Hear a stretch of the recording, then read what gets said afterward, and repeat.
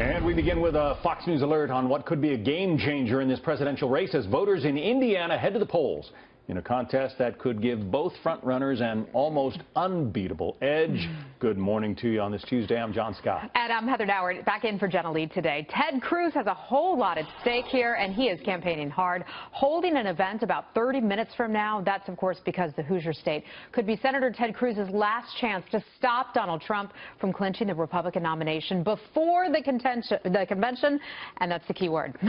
Trump is making it clear that if he wins, it would, quote, be over. This comes as Governor John Kasich essentially sits out Indiana. He is not campaigning there as part of his agreement with Cruz to divide and conquer in a joint bid to try to stop Donald Trump. We have Team Fox coverage of the Indiana primary with Peter Doocy live in Clarksville, Indiana. He's focusing on the Democratic race. But we start with Matt Finn live from Terre Haute. Matt.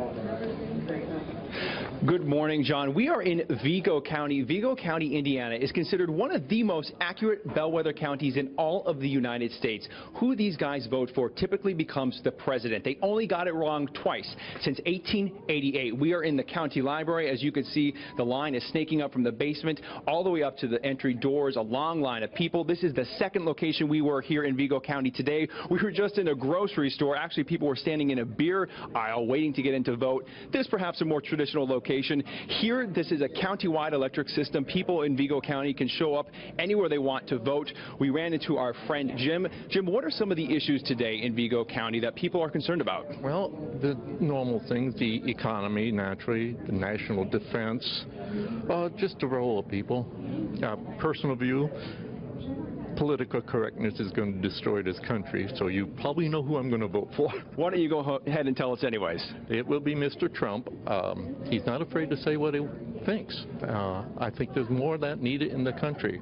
Stand up for what you believe. That's why we vote. That's why we come here, spend time out of our day to vote for somebody. It's very important. The state of Indiana, considering a hardworking, blue-collar state, returning jobs, the workforce, is that important to you guys? It's very important. Terre Haute suffered with loss of employment like most. The constant losing of industrial jobs, we just can't put up with it anymore. We got to do something to get people back to work.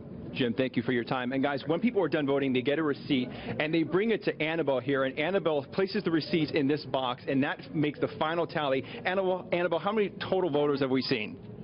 Seeing 396 right now. Nearly 300 voters. 87-year-old Annabelle taking the final tally here in Vigo County. Of course, the day is still early. The polls don't close until 6 o'clock tonight, John. So we will keep you posted as to who Vigo County voters are voting for throughout the day. Back to you in New York. And we'll see if Vigo County continues its record of picking the winners.